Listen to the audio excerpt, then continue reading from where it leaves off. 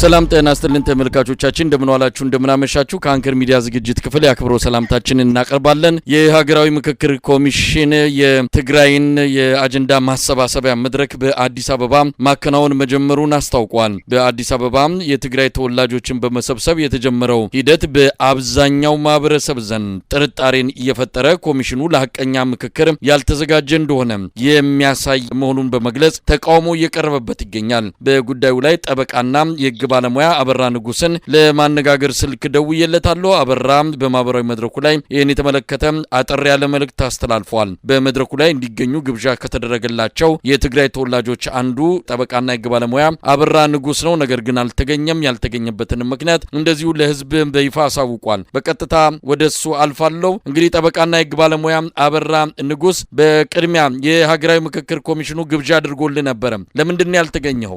መልካም መሳይ እንግዲህ የኢትዮጵያ ብሔራዊ ምክክር ኮሚሽን የትግራይ ተወላጆችን በልዩ ሁኔታ ስለ ትግራይ አጀንዳ ለማሰባሰብ በማለት ከመጋቢት 23 ከመጋቢት 25 በተዘጋጀ መድረክ ላይ እንድገኝ ጥሪ አድርጎልኝ ነበር። እኔ ልገኝ ፍቃደኛ አይደለሁም። ላለመገኘት ደግሞ የራሴ በቂ ምክንያቶች አሉኝ ብዬ አምናለሁ። በነገራችን ላይ ይሄ የመጀመሪያ ጥሪ ሳይሆን ከዛ በፊትም ከአንዴ ሁለቴ በተደረጉ የምክክር ኮሚሽን መድረኮች እንድገኝ ጥሪ ተደርጎልኝ ለመገኘት ፍቃደኛ አይደለሁም። በዋነኛነት ለመገኘት ፍቃደኛ ያልሆኑበት ምክንያት የሀሳብ ውይይት በሀሳብ የሚደረጉ ፖለቲካ ትግሎች ላይ በመርህ ደረጃ የማምንበት ቢሆንም መልካም ተግባር ቢሆንም በተጨባጭ ግን እዛ ላለመገኘት ዋና ምክንያታችን ያደረገው ተቋሙ በተለይ የምክክር ኮሚሽኑ ገለልተኛና ሆኖ ያልተቋቋመ የህዝቦችን ጥያቄ አንግቦ በኢትዮጵያ በዘመናት ሲንከባለሉ የመጡ ፖለቲካዊ ጥያቄዎች ለመፍታት ህዝቦችን ለማድመጥ ህዝቦችን ሀሳብ ለማሰባሰብ ፍላጎት ያለው ተቋም አይደለም ብለን ስላመን ነው። በሌላ አማርኛ ተቋሙ ሲቋቋም እንደምታውቀው አንተም 2014 ላይ በህግ ሲቋቋም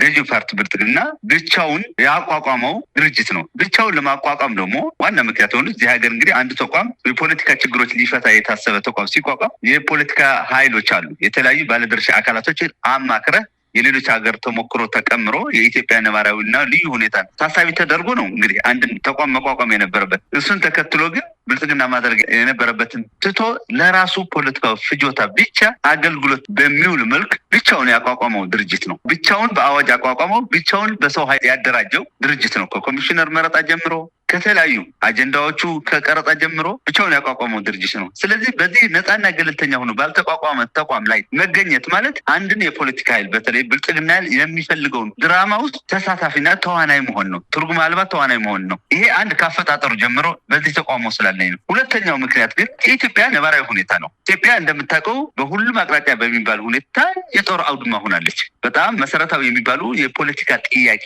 ያላቸው ፖለቲካል ኮዝ ያላቸው ሌጂቲሜት ፖለቲካል ኮዝ ያላቸው በአማራ፣ በኦሮሚያ፣ በትግራይ በሌሎችም ከሞላ ጎደል አገሪቱ በጣም ምስቅልቅል በወጣ ጦርነት ውስጥ ነው ያለችው። ይሄ ዝም ብሎ ኦቨርናይት የተፈጠረ ዝም ብሎ በአጋጣሚ የተፈጠረ አቧራ አይደለም። ኢትዮጵያ በረጅም ጊዜም ቢሆን በአጭር ጊዜ ለጦርነት የሚዳርጉ ፖለቲካዊ ችግሮች ስላሉ የተለያዩ ኃይሎች የአዳዲስ ትውልዶች ኃይሎችም ትጥቅ አንግበው በረሃ ነው ያሉት። እነዚህ ኃይሎች ተራ ኃይሎች አይደሉም። ባሉበት በሚንቀሳቀስበት አካባቢ ከፍተኛ ፖለቲካዊ ተደማጭነትና ተጽዕኖ ያላቸው ናቸው። የህዝብ ተቀባይነታቸው ውሎ ባደረ ጊዜ በሄደ ቁጥር ከፍተኛ ተቀባይነት እያገኙ ያሉ ኃይሎች ናቸው። እነዚህ ኃይሎች በውጤታማ የሰላም ድርድር ውስጥ ከትጥቅ ትግል ከበረሃ ትግል ወደ ሰላማዊ ትግል እንዲመጡ ቅድሚያ መሰራት ያለበትን ስራ ሳሰራ በአማራ ክልል፣ በኦሮሚያ ክልል፣ በሌሎች ክልሎች እንዲሁም በትግራይ ክልል እየዞርክ የአጀንዳ ማሰባሰብ ስራ እሰራለሁ ብሎ የምክክር ኮሚሽኑ መንቀሳቀሱ መሟላት ያለበት ቅድመ ሁኔታ ሳይሟላ የሚሰራ የይስሙላ የገጽታ ግንባታ ስራ ነው ብዬ ስለማምን ነው። ስለዚህ መጀመሪያ መሰራት ያለበት ስራዎች አሉ። የኔም ይሁን የሌሎች አካላቶች በመድረኩ መገኘት፣ በውይይት መገኘት፣ በአጀንዳ ማሰባሰብ መገኘት ላይ ውጤታማ እንዲሆን ከተፈለገ እነዚህ በትጥቅ የተታገሉ ኃይሎች በውጤታማ የሰላም ድርድር ሂደት ውስጥ በዚህ ምክክር ውስጥ እንዲገኙ የማድረግ ስራ ሳይሰራ እኔና ሌሎች ወይ ደግሞ ከኔም በተለዩ የፖለቲካ ተጽዕኖዎች ዝቅ ያለው አካላቶች እያገኘ አጀንዳ የማሰባሰብ ስራ መስራት ማለት ፖለቲካዎቹ በዘላቂነት ለመፍታት ፍላጎት አለመኖርን ያመላክታል ብዬ ስላመንኩኝ ነው። ሶስተኛው ምክንያቴ ወደዚህ ቦታ ላለመገኘት ወይ ደግሞ በተቋሙ ያደረገልኝ ጥሪ ላለመገኘት ምክንያት የሆነ አጀንዳው ስብሰባ የአጀንዳ ማሰባሰብና የምክር ሀሳብ መስጠትን ተብሎ የምክክር ኮሚሽኑ ይዞት እየተንቀሳቀሰ ያለው ጉዳይ በከፊል የታወቀ ጉዳይ ነው። እንደምታውቀው የምክክር ኮሚሽኑ አጀንዳን በማሰባሰብ ሂደትና ውጤትን ወይ ምክር ሀሳብን በመንገር ሂደት ከዚህ በፊት በተለይ አዲስ አበባ ላይ ሲያስጀምር እንደዚህ ልክ እንደ የትግራይ መድረክ ብሎ እንደ አሁን ጥሪ እንዳደረገው የአዲስ አበባ መድረክ ሲከፍት ጠቅላይ ሚኒስትሩ ተገኝተው ነበር። ጠቅላይ ሚኒስትሩ በግልጽ አማርኛ የምክክር ኮሚሽኑ በእነዚህ ጉዳዮች ላይ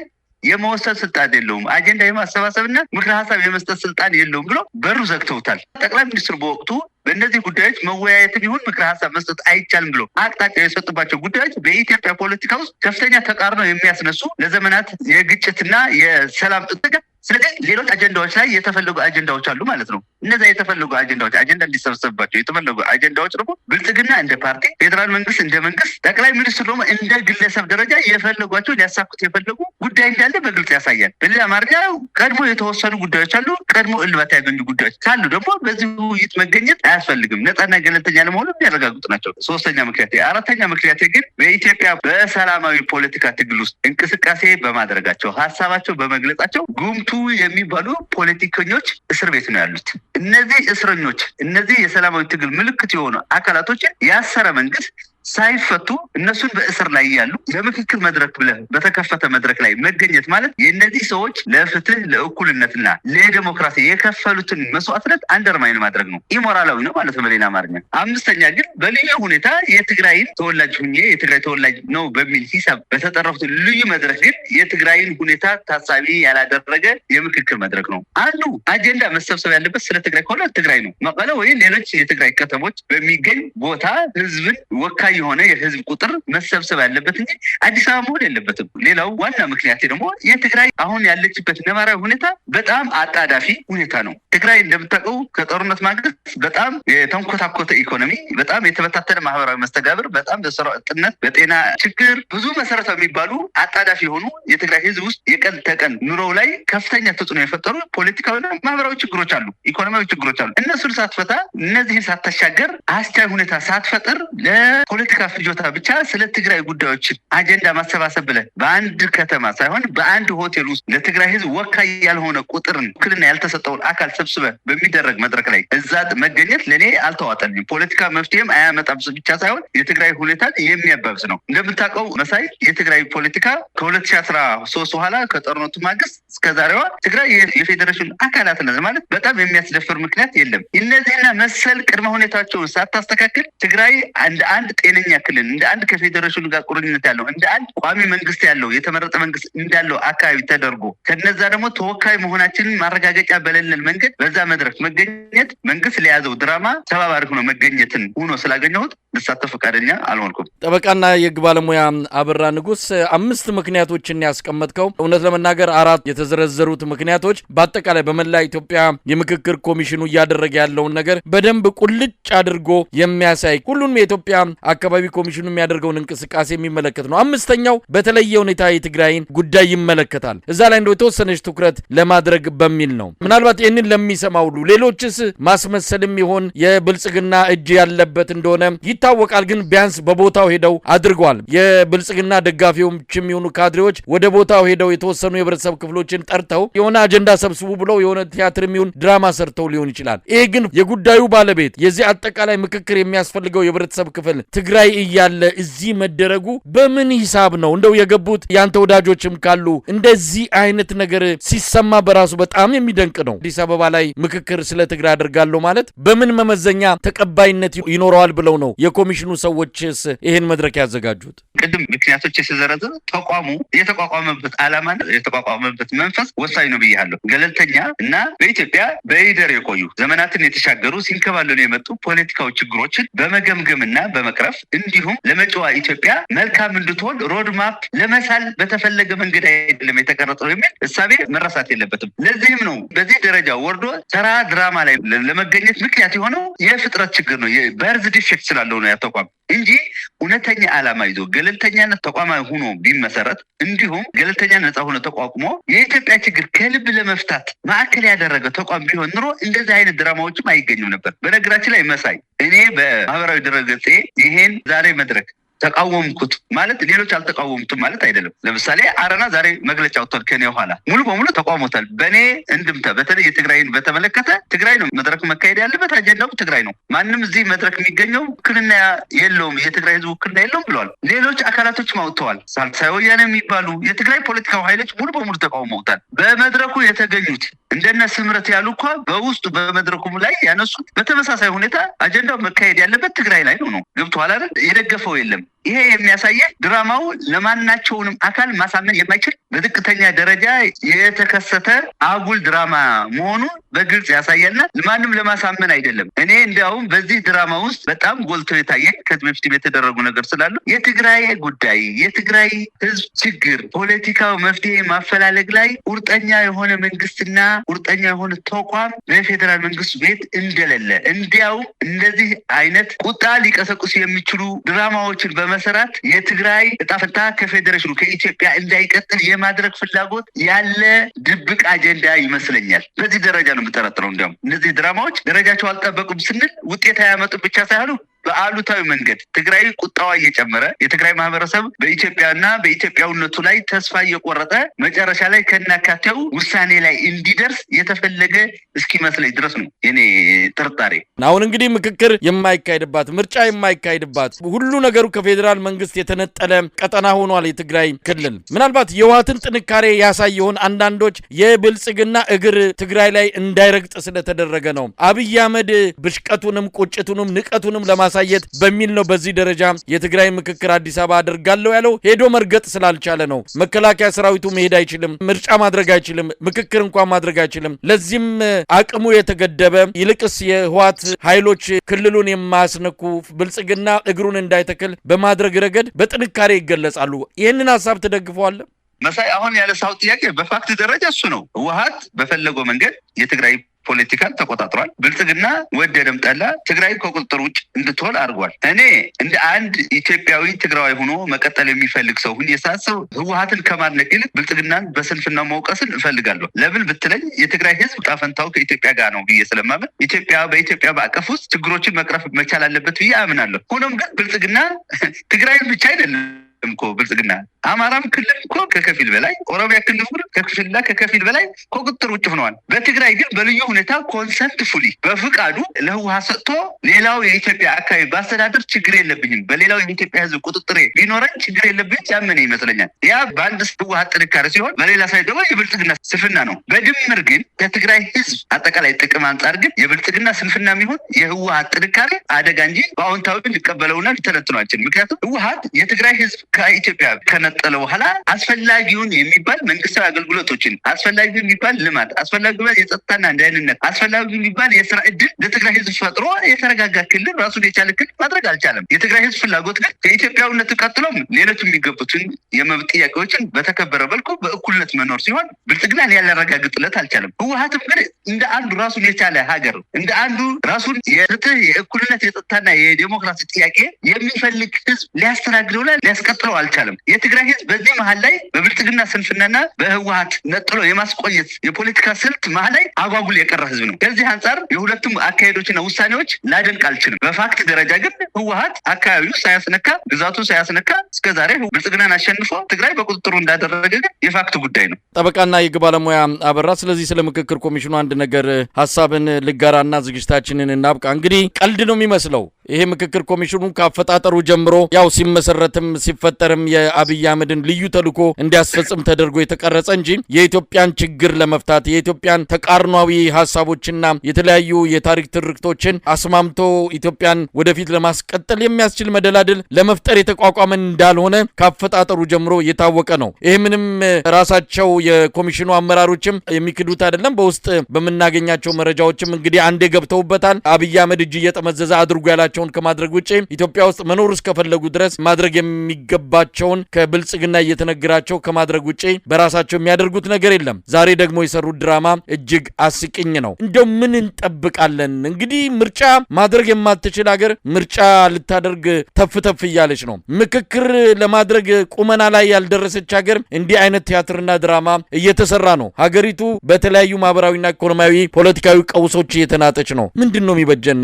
ጠበቃ አበራ፣ እንግዲህ ኢትዮጵያም ይሁን ኢትዮጵያን በሚመስል ፖለቲካው መስቀልቅልና ክራይሲስ ውስጥ ያለ አገር ፖለቲካ መፍትሄው ይታወቃል፣ በንድፈ ሐሳብ ደረጃ ይታወቃል። አሁን ኢትዮጵያ ውስጥ የተፈጠረው ችግር በመርገምት ወይ ደግሞ በአንድ ጀንበር የተፈጠረ ችግር አይደለም። ረጅም ጊዜ የተደመረና የተከመረ ፖለቲካዊ ችግሮች አሉ። እነዛ ፖለቲካዊ ችግሮች መፍትሄ ሐሳቦቻቸው ይታወቃሉ። የሰለጠነ ተአማኒነት ያለው ናሽናል ዲያሎግ እና ሁሉን አቀፍ ብሔራዊ ውይይት ማድረግ ነው። ያ ማለት ግን አሁን ብልጽግና እያደረገው ያለውን ማለት አይደለም። ተአማኒነት ያለውና ጄኒን የሆነ ማለት ነው። ከዛ በፊት ግን የኢትዮጵያ ፖለቲካ ሁኔታ አሁን በጣም ስር የሰደደ ሆኖ የኢትዮጵያ ፖለቲካ ማለት የጸጥታና ደህንነት ፖለቲካ ሆኗል። ወደ ጸጥታና ደህንነት ጉዳይ ወርዷል። እንደዚህ አይነት ምስቅልቅል ዘርፈ ብዙ ምስቅልቅል ጥልቀት ያለው ምስቅልቅል ስትደርስ መፍትሄው የሽግግር መንግስት ነው። በሽግግር መንግስት ማዕቀፍ ውስጥ ሆኖ ሁሉንም አካል ያካተተ የሽግግር መንግስት እንዲቋቋም ከተቋቋመ በኋላ ይህ የሽግግር መንግስት ሰፊ የሆነ የህዝብ ውይይት ሁለገብ ከሁሉም ማህበረሰብ የተውጣጣ ምናልባትም 1 ዓመትና 2 ዓመት ከዛ በላይ የሆኑ ሰፊ ውይይቶች በተለያዩ ርዕሰ ጉዳዮች ሰፊ ውይይቶች በተለይ ሀገራዊ መግባባት በሚያስፈልጋቸው ትላልቅ ጉዳዮችን ውይይት በማድረግ እልባት በማግኘት ከፍተኛ ተቀባይነት ያላቸው የህዝብ ጉዳዮችን ገዢ ህጎችን በማድረግ ትላልቅ የድምጽ ያላገኙ ደግሞ የሁሉም አብዛ ህዝብ ድምጽ ያላገኙ ጉዳዮች ደግሞ መብትን በማድረግ ህግና ደንብን በማውጣት ከዛ በኋላ የተመረጠ መንግስት ዘመናዊ ወይ ደግሞ የተሻለ ፍትሃዊ ምርጫን በማካሄድ የተመረጠ መንግስት መስከል ነው ዘላቂ መፍትሄ ሀሳቡ። ብልጽግና አሁን እያደረገ ያለው ግን እነዚህ ችግሮችን በሚያባብስ መልኩ የራሱን የስልጣን ቆይታውን በማረጋገጥ ብቻ ምርጫ ለማድረግ ሲራራጥ ነው የሚገኘው። ይሄ ምርጫ አሁን ይዞ በጣም እንከን ገጥሞታል። አንደኛው ሌጂቲሜት እንዳልሆነ ሰፊ የሚባል የኢትዮጵያ አካባቢዎች በጸጥታና ደህንነት ምክንያት ወጥቶ መግባት ስለማይቻል ምርጫውን ማረጋገጥ እንደማይቻል እየታየ ነው። በአማራ ክልል እየታየ ነው። በኦሮሚያ ክልል እየታየ ነው። በትግራይ ክልል ቶታሊ ክልሉ አይደለም ለምርጫ ገብቶ ለመውጣት የፌዴራል መንግስት ወደማይችልበት ምዕራፍ ተሸጋግሯል። ሌሎቹ ደቡብ ክልሎች ቢሆን ሶማሊያ ክልሎች ቢሆን ኦልሞስት ከብልጽግና ቁጥጥር ውጭ በሆኑበት ማድረግ የተመረጡ መንግስት ለማለት ነው አሁን ትልቅ ዝግጅት እየተደረገ ያለው። ያ ማለት የኢትዮጵያ ችግር አሁን የባሰ ሁኔታ ውስጥ እንደሚገባ ማሳያ ነው። ከምርጫ ማግስት ከፍተኛ ከፍተኛ የህዝብ ቁጣዎች እንደሚገነፍሉ ያሳያል። ያ ደግሞ ሀገረ መንግስቱ በጣም አደጋ ላይ የሚጥል ስራ እየተሰራ ነው ያለው። የሀገር ህልውና ስራ እየተሰራ ነው ያለው በብልጽግናና መፍትሄው ይታወቃል። ይሄ ምርጫ ማስቆየት የታጠቁ ኃይሎች ፖለቲካዊ ጥያቄዎቻቸው በተጠና መድረክ ጄኒን በሆነ መድረክ ውይይት ማድረግ ተነጻጻሪ የሀገሪቱ ሰላምን ማስጠበቅ እግረ መንገዱ እዛ ተያይዞ እነዚህ በማድረግ የኢትዮጵያ ህዝብ የኑሮ ውድነቱ እና ሌሎች ተያያዥ ችግሮችን ለመቅረፍ ጥረት ማድረግ የሚያስችሉ የሽግግር መንግስት ስርዓት በኢትዮጵያ በዚህ 2፣ 3፣ 4 ዓመት ከፍተኛ ወንጀሎች ተሰርተዋል። በትግራይ፣ በአማራ፣ በኦሮሚያ ጦርነቶች ለተበደሉ ፍትህ ለመስጠት በዘላቂነት የህግ የበላይነት ለማረጋገጥ ደግሞ ሽግግር ፍትህ ስርዓት መዘርጋት ነው። የሽግግር ፍትህ ስርዓት ለመዘርጋት ደግሞ የሽግግር መንግስት የግድ ነው። የትም ዓለም አሁን መንግስት ባይዘው የሽግግር መንግስት ውይይት አለው። በቅርቡ አዲስ አበባ ዩኒቨርሲቲ ያዘጋጀው አንድ መድረክ ነበር፣ የሽግግር ፍትህ መድረክ ብሎ ማለት ነው። በየትኛውም ዓለም ውጤታማ የሽግግር ፍትህ ተግባራዊ የሆነባቸው ተሞክሮ እንፈልግ ቢባል የሽግግር መንግስት ያለበት ከተቋቋመ በኋላ እንጂ መደበኛ መንግስት ተቋቁሞ ለዛውም በጦርነት ለዛውም አሁንም በቀጣይነት የሰብአዊ መብት ረገጣ ባለበት ለዛውም በቀጣይነት የሙስናና የመልካም አስተዳደር ችግሮች በቀጠለበት እና እያስቀጠለ ያለው አካልም አሁንም በስልጣን ባለበት ሂደት ውጤታማ የሽግግር መንግስት ተደርጎ አያውቅም። የየትኛውም ዓለም ተሞክሮ አይደለም። ብልጽግና ግን ከየት እንደሚያመጣው አይታወቅም። ለዛ ላመጣው ማስተባበያና ማስረጃ በሌለበት ሁኔታ ዝብርቅርቅ ያለ አካሄድ የሄደ ሀገሪቱ አሁንም ከድጡ ወደ ማጡ እያሸጋገረት ነው ያለው እና መፍትሄው ይታወቃል። ኢትዮጵያ ውስጥ ዘላቂ መፍትሄ እንዲመጣ ሀገረ መንግስቱ እንዲቀጥል የህዝቦች ደህንነት ለማስቀጠል መጪዋ ኢትዮጵያ በጥሩ ምስል በጥሩ ካርታ እንድናያት የሚፈልግ ከሆነ ዋናው መፍትሄው የሽግግር መንግስት ነው። እሱን ተከትሎ የሽግግር ፍትህን ማስኬድ እና ቀጣይ ውይይቶች የሚል ሀሳብ ነው ያለኝ። ጠበቃና ህግ ባለሙያ አበራ ንጉስ፣ ሂደቱ የአዲስ አበባው ለትግራይ አጀንዳ የማሰባሰቡ ሂደት ተጀምሯል፣ እንግዲህ ይቀጥላል ማለት ነው። ምናልባት በዚህ ጉዳይ ላይ የምንሰማቸው አዳዲስ ነገሮች ይኖራሉ። ኮሚሽኑ በየካቲት ወር ነበረ ሀገራዊ የምክክር ኮሚሽኑን የመጨረሻ ጉባኤ አካሂዳለሁ ብሎ ሌላ ቀጠሮ ያዘው። ያም ሌላ ቀጠሮ ተፈጻሚ አልሆነም። ስለዚህ ከምርጫው በኋላ ሊሆን እንደሚችል ነው የምንሰማው። ሁሉ ነገር የተመሰቃቀለ የተበላሸ የሆነ ነው። አብይ አህመድ ግን ያው ገዳገደ ፍሬኑን የበጠሰውን መኪና መንዳቱን አጠናክሮ ገፍቶበታል። አብረን ሁሉ ነገር በሂደት የምናየው ነው። አበራ ንጉስ የህግ ባለሙያና ጠበቃ፣ ለነበረን ቆይታ በአንከር ሚዲያ ታዳሚዎች ስም ከልብ አመሰግናለሁ። እኔም አመሰግናለሁ መሳይ።